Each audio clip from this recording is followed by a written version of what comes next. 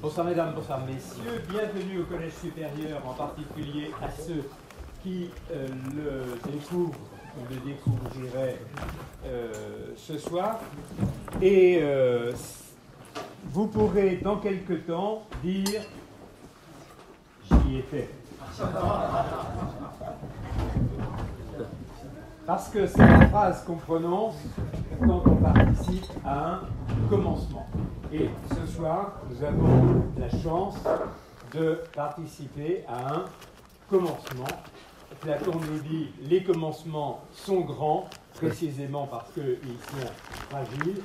Et c'est un honneur aussi de lancer cette aventure d'un séminaire de théologie politique.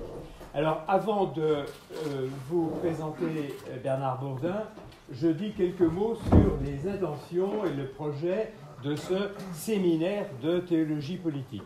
Séminaire, ça veut dire que nous espérons, nous pensons constituer un groupe de personnes qui vont s'attacher aux mêmes questions et ouvrir les mêmes textes et cheminer ensemble pendant 1, 2, 3, après je ne sais pas si j'y serai, mais plusieurs années.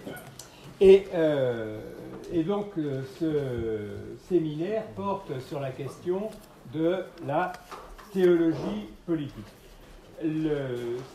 Bernard Bourdin va nous éclairer ce soir cette notion et nous la reprendrons dans 2 jours, samedi matin à 10h30, avec Vincent Aubin.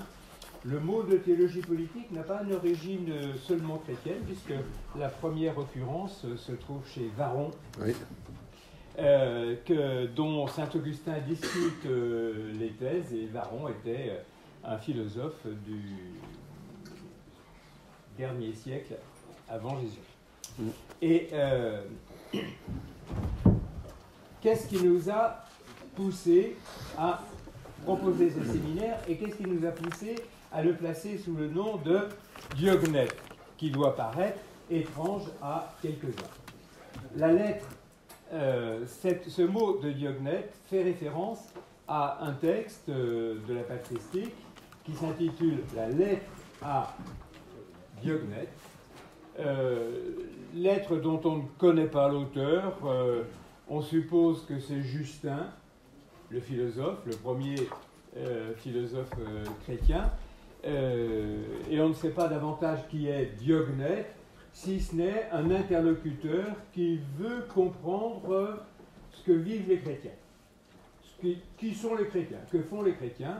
Et donc le texte date environ de 150 après Jésus-Christ. Et ce qui nous inspire de choisir ce nom, c'est une page quelques lignes que je vais vous lire à présent. Les chrétiens ne se distinguent des autres hommes ni par le pays, ni par le langage, ni par les vêtements. Ils n'habitent pas de ville qui leur soit propre. Ils ne se servent pas de quelques dialectes extraordinaires. Leur genre de vie n'a rien de singulier. Ils se répartissent dans les cités grecques et barbares, suivant le lot échu à chacun. Ils se conforment aux usages locaux pour les vêtements, la nourriture et la manière de vivre, tout en manifestant des lois extraordinaires et vraiment paradoxales de leur république spirituelle. Le mot paradoxe est dans le texte, paradoxon. Homologumenos, paradoxon. Plus loin, ce texte nous dit en un mot, ce que l'âme est dans le corps, les chrétiens le sont dans le monde.